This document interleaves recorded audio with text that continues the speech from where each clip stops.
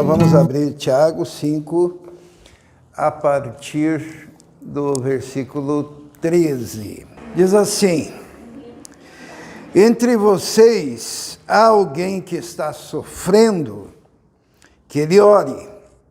Há alguém que se sente feliz, que ele cante louvores. Entre vocês há alguém que está doente, que ele mande chamar os presbíteros da igreja, para que estes orem sobre ele e o unjam com óleo em nome do Senhor. A oração feita com fé curará o doente, o Senhor o levantará, e se houver cometido pecados, ele será perdoado. Portanto, confessem os seus pecados uns aos outros, orem uns pelos outros, para serem curados. A oração de um justo é poderosa e eficaz. Elias era humano, como nós. Ele orou fervorosamente para que não chovesse, e não choveu sobre a terra durante 3 anos e meio. Orou outra vez, e os céus enviaram chuva, e a terra produziu seus frutos. Meus irmãos, se algum de vocês se desviar da verdade, se algum de vocês se desviar da verdade e alguém o trouxer de volta, lembrem-se disso. Quem converte um pecador do erro do seu caminho, salvará a vida dessa pessoa e fará que muitíssimos pecados sejam perdoados. Amém? Elias, ele fez muitos sinais, né? Ele ressuscitou um menino, o filho da viúva. Ele lutou contra os profetas de Baal, 400 profetas de Baal, e venceu, eliminou. Naquele momento de crise nacional.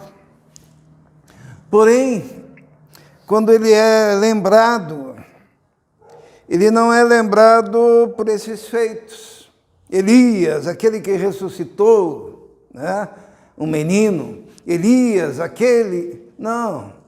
Ele é lembrado por ser um homem de oração. No versículo 17 diz: Elias era humano como nós e orou fervorosamente. Então, a ênfase no ministério do profeta Elias era a ênfase na oração. Ele era um homem de oração, né? E nós podemos aprender com isso que o importante na vida de um homem de Deus, de uma mulher de Deus, é a sua vida de oração. O restante é resultado da vida de oração, né? Quando nós vemos o profeta Elias chegando diante de Acabe, ele diz assim: olha, não choverá nem terá orvalho sobre a terra, exceto sob a minha palavra. Nós falamos sobre isso domingo. Da onde veio essa autoridade para ele chegar diante do rei e dizer: olha, não vai chover, não vai ter orvalho, exceto sobre a minha palavra? É porque antes disso, segundo nós vemos aqui em Tiago, diz assim: ele orou fervorosamente para que não chovesse. Então, primeiro ele teve uma vida de oração, para depois ele ter o que? Autoridade para falar e dizer o que? Não vai chover. Ele tinha convicção, porque antes ele orou fervorosamente, é o que diz aqui.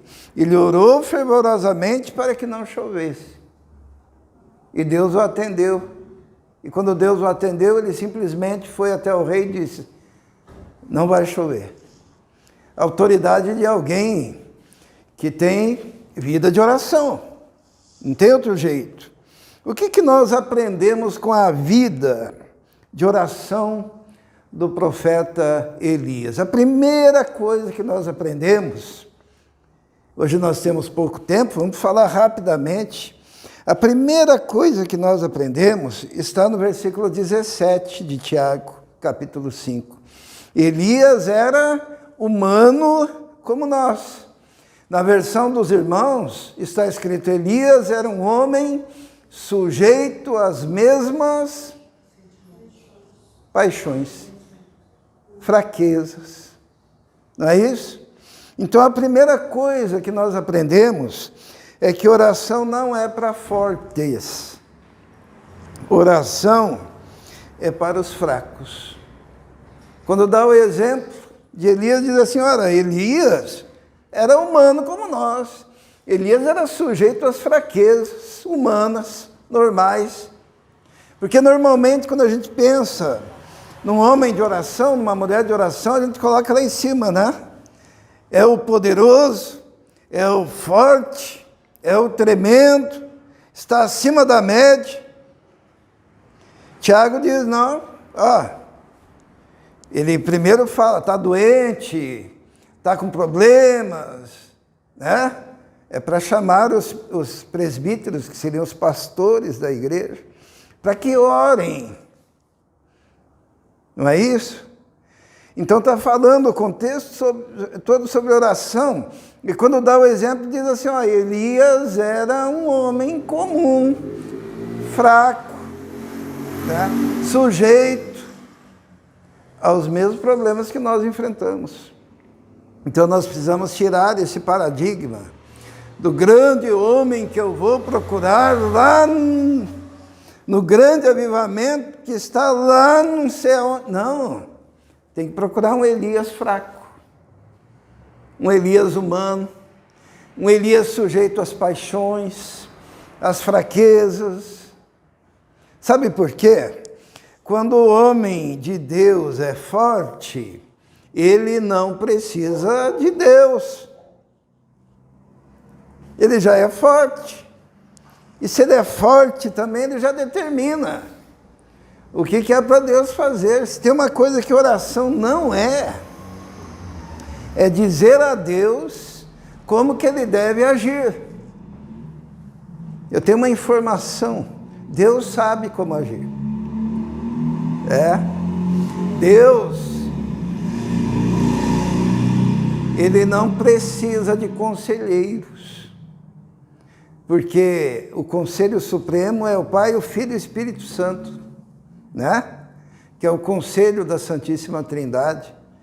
Ou será que eles estão lá conversando entre si, as três pessoas da Trindade, e batendo cabeça, dizendo: como que nós vamos resolver esse problema?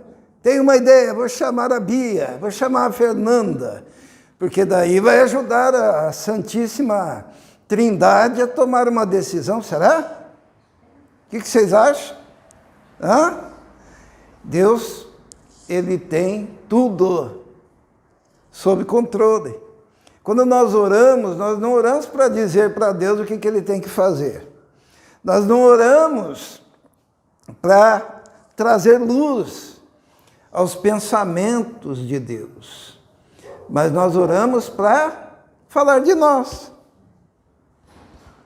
falar das nossas fraquezas, falar para Ele das nossas necessidades.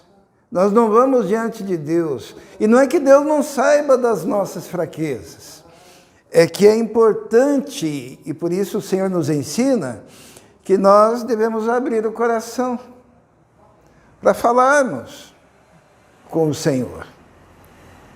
Uma vez, Jesus falou para os discípulos assim: eu tinha ainda muitas coisas para falar, mas vocês não estavam preparados para ouvir. Faltava nos discípulos maturidade. Por quê? Porque não sabiam enfrentar ainda as questões da vida. E que não aconteça conosco lá no céu, que o Senhor Jesus nos receba em glória e diga: eu tinha muita coisa ainda para te falar, mas você sempre foi tão imaturo. Você queria até me ensinar como que eu deveria agir através das suas orações. Oração é para quem sabe que é fraco. Oração é para quem sabe que é dependente. E oração é um ato de submissão à vontade de Deus. Elias era um homem sujeito às mesmas fraquezas que nós. Porém, ele orou, ele falou com Deus, né? E Deus o atendeu. Segunda coisa que nós aprendemos aqui, está ali no versículo 17, ele orou fervorosamente para que não chovesse, e não choveu. Por 3 anos e meio. Orou outra vez, e os céus enviaram chuva, e a terra produziu seus frutos. Alguém viu Elias orando para que não chovesse? Está escrito lá no livro de Reis, tá?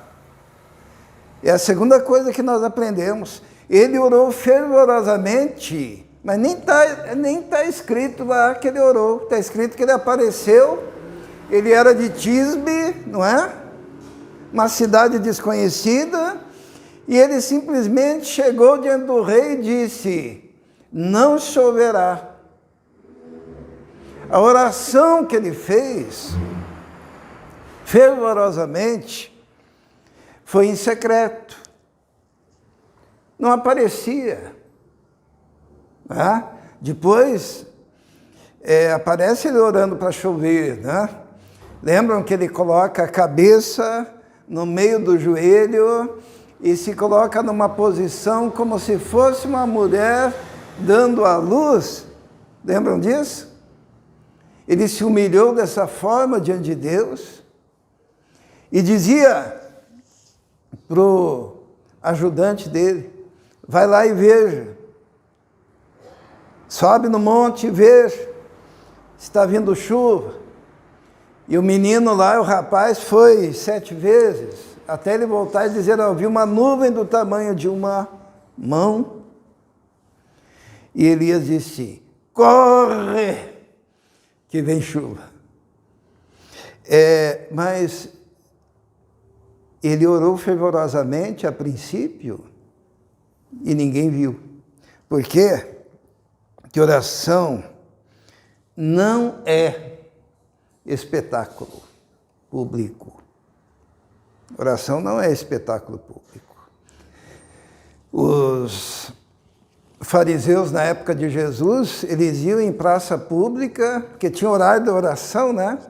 E eles escolhiam para sair de casa, para que desse o horário de oração, e eles estivessem no lugar mais movimentado. E daí lá eles clamavam em oração, dizendo: ó Deus de Abraão, de Isaac, de Jacó. Porque eles achavam que oração era espetáculo. E Jesus, quando ensina os discípulos, ele diz assim: quando vocês orarem, não sejam como os hipócritas que têm uma alegria e um prazer de orar em praça pública, fazendo um teatro. Ele orou fervorosamente para que não chovesse. Porém, no capítulo 17 de 1º livro dos Reis, não aparece, só aparece ele falando. Porque se você tiver uma vida de oração oculta, você sai dessa vida de oração para falar com autoridade aquilo que Deus vai fazer. Segunda coisa, ou melhor, terceira coisa que aprendemos com Elias, é que resposta de oração, ou a ação decorrente do propósito de Deus, é abrangente. E agora a gente tem um paradoxo aqui. Vamos abrir lá em Lucas 4. Lucas, capítulo 4. Tá? No versículo 25. É Jesus aqui falando. Lucas 4, 25. Todo mundo encontrou? Diz assim, ó: asseguro-lhes, Jesus falando, asseguro-lhes que havia muitas viúvas em Israel no tempo de Elias, quando o céu foi fechado por 3 anos e meio, e houve uma grande fome em toda a terra. Contudo, Elias não foi enviado a nenhuma delas, senão a uma viúva de Serepta, na região de Sidom. Olha o que Jesus está falando. Tinha um monte de viúva em Israel. Porém, a nenhuma delas Elias foi enviado, naquele período de fome, de escassez. Mas a viúva de Serepta. Agora vamos lá para 1º livro dos Reis, no capítulo 17. 1º livro dos Reis, no capítulo 17, no versículo 7. 1º livro dos Reis, 17, 7. Diz assim: algum tempo depois, o riacho secou-se por falta de chuva. Então a palavra do Senhor veio a Elias: vai imediatamente para a cidade de Serepta de Sidom, fique por lá. Ordenei a uma viúva daquele lugar para que te forneça comida. E a pergunta que a gente faz é que Jesus falou que tinha um monte de viúva. Mas Elias foi enviado para a viúva de Serepta porque tinha fome e sede na terra. Ele foi lá. Quem que ia sustentar quem? Porque aqui diz assim: vá para a cidade de Serepta, ordenei a uma viúva que te sustente. Era o profeta que estava sustentando a viúva ou era a viúva que estava sustentando o profeta? Hã? O que vocês acham? Quando Deus atende orações, a gente se acha o bom, né? Mas o Deus que vê tudo, Ele está nos abençoando para que nós possamos abençoar. É uma via de mão dupla, sempre. Quando ele chega lá e a viúva faz um bolo para ele, em contrapartida, a bênção de Deus sobre a casa da viúva. E daí não acaba o mantimento. E durante aqueles 3 anos, aquela viúva tem o seu sustento garantido. Quando Deus responde oração, é via de mão dupla. Ele está nos abençoando, só que a resposta dele vem para nós, mas esse vem para nós também vem para aquele a quem nós somos também enviados. Por isso que não convém a gente dizer para Deus o que Ele deve fazer, né? Senhor, responda a minha oração, assim, assim, assim. A mente de Deus é muito mais abrangente. Deus olha e vê, a viúva precisa da ação do profeta, e o profeta precisa da ação da viúva. Ele, soberano, une as circunstâncias para que a bênção venha sobre todos. Estão entendendo? Oração é submissão à sabedoria de Deus, porque Deus é mais sábio do que nós. E até meio absurdo falar isso, todo mundo sabe que Deus é mais sábio do que nós. Então, oração, ela nós nos submetermos à sabedoria de Deus, sabendo que a resposta dele é melhor e mais abrangente, e ela não está restrita à nossa pequenez e à nossa mesquinharia, muitas vezes. Porque às vezes só pensamos em nós. E Deus está pensando muito além. Para encerrarmos, vamos voltar lá para Tiago, no capítulo 5, onde nós encontramos uma ruptura interessante aqui, né? Parece que o Tiago ele errou na sua capacidade de escrever, porque olha o versículo 18, o que diz? 5:18.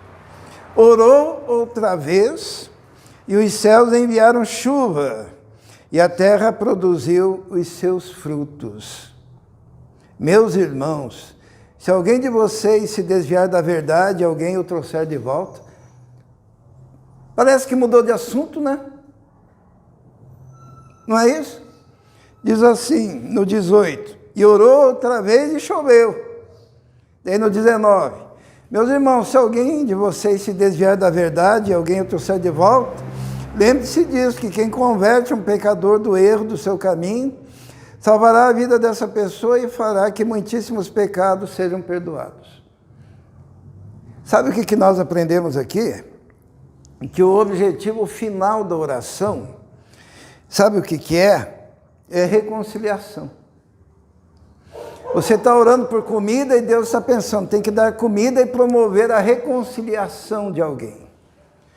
Ah, você pede um carro, eu posso lhe dar um carro, mas no bojo disso tem que trazer a conversão e o arrependimento de alguém. Ah, eu preciso de um emprego. Ah, mas na resposta, alguém tem que se reconciliar, alguém tem que se converter, alguém tem que mudar de vida e os pecados têm que ser perdoados. Os irmãos estão entendendo? Como às vezes nós oramos de forma muito mesquinha, porque o resultado final das nossas orações sempre tem que ser com o objetivo de que essa resposta arranque alguém dos pecados e de uma vida torta. Até na cura isso, né? Ao versículo 15, vamos ler? Olha que interessante. Diz assim o versículo 15, a oração feita com fé curará o doente, o Senhor o levantará, e se tiver cometido pecado, será perdoado. Não está entendendo que é sempre um combo? É sempre um combo. Os irmãos sabem o que é combo, né? Você vai lá comprar um X-salada e você pede um combo, o que vem junto? Batata frita, né, o refrigerante. Eu queria que os irmãos entendessem a oração. Nunca é egoística, mas é sempre um combo. É o que você quer e o teu filho seja salvo. É o que você quer e uma alma é arrancada do inferno. É o que você quer e aquilo que Deus lhe dá faz com que o seu vizinho creia. É o que você precisa, você quer, você ora, mas vai converter gente. É o que você quer, mas pecados serão perdoados. Nós vemos isso com Elias, né? Lembra quando Elias orou para descer fogo do céu? Que é uma história muito engraçada, né? Ele ora para descer fogo do céu. Você está pedindo para descer fogo do céu e consumir o altar. O que ele faz com o altar? Para um químico é bom isso, né? Eu quero fogo, vou encher de água. Está indo na lógica ou numa ação contrária à lógica? Numa ação contrária, né? Eu quero fogo, mas o fogo tem que ser do Senhor. E para ser do Senhor, eu vou ainda dificultar, para que ninguém tenha dúvida. E quando ele ora, o que ele diz? Ele diz assim, para que o povo saiba que o Senhor é Deus. O objetivo final é sempre um combo. Às vezes a gente pensa, por que Deus não tem atendido a minha oração? Porque ela é só para você. Não está incluído o combo. Combo é perdão, é bênção para mim e para os outros. É bênção para mim e para a minha família. É bênção para mim e para o meu vizinho. É sempre assim. Tá? Outras duas coisas, que eu vou falar bem rapidamente, eu não me aguento, vou falar isso, é que quando morreu O filho da viúva, se você ler lá no capítulo 17, o profeta, ele clamou. Porque imagine você chegar na casa de alguém para abençoar aquela casa e morre o filho da viúva. Ele clamou. Mas quando ele pediu que descesse fogo do céu, o que ele fez? Ele orou. Estão entendendo a diferença? O que é clamor? Clamor é um rasgo da alma angustiante, desesperado diante de Deus, onde você se derrama por uma questão. E tem uma promessa: clama a mim e responder-te-ei. Tem a promessa aí, se você clamar, Deus vai responder, tá? E anunciar-te-ei coisas grandes e firmes que não sabes. Clamor. Só que quando ele pediu fogo do céu, ele orou. Ele disse: ó Senhor, Deus de Abraão e tal. Faça isso para que o povo saiba que tu és Deus. Existe um momento de orar, existe um momento de clamar. E no clamor, você se derrama no altar. Você se entrega de tal forma que mal você consegue. Na verdade, você se derrama numa submissão que você passa a não ter nem consciência de si mesmo. Mas você está diante do altar em choro lancinante da alma. E daí Deus olha e responder-te. E a ressurreição daquele menino. Que para Deus é fácil, é só pegar a alma que foi para o céu e colocar de volta no corpo. Se levanta o menino. Para nós é uma coisa, né?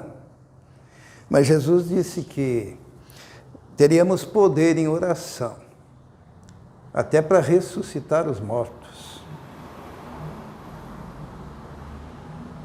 Se clamarmos ao Senhor, pedirmos ao Senhor, se for do propósito do Senhor, e se tiver aquele combo junto. Então hoje a lição que aprendemos: ore sempre pensando em termos de combo. Não seja egoísta em suas petições.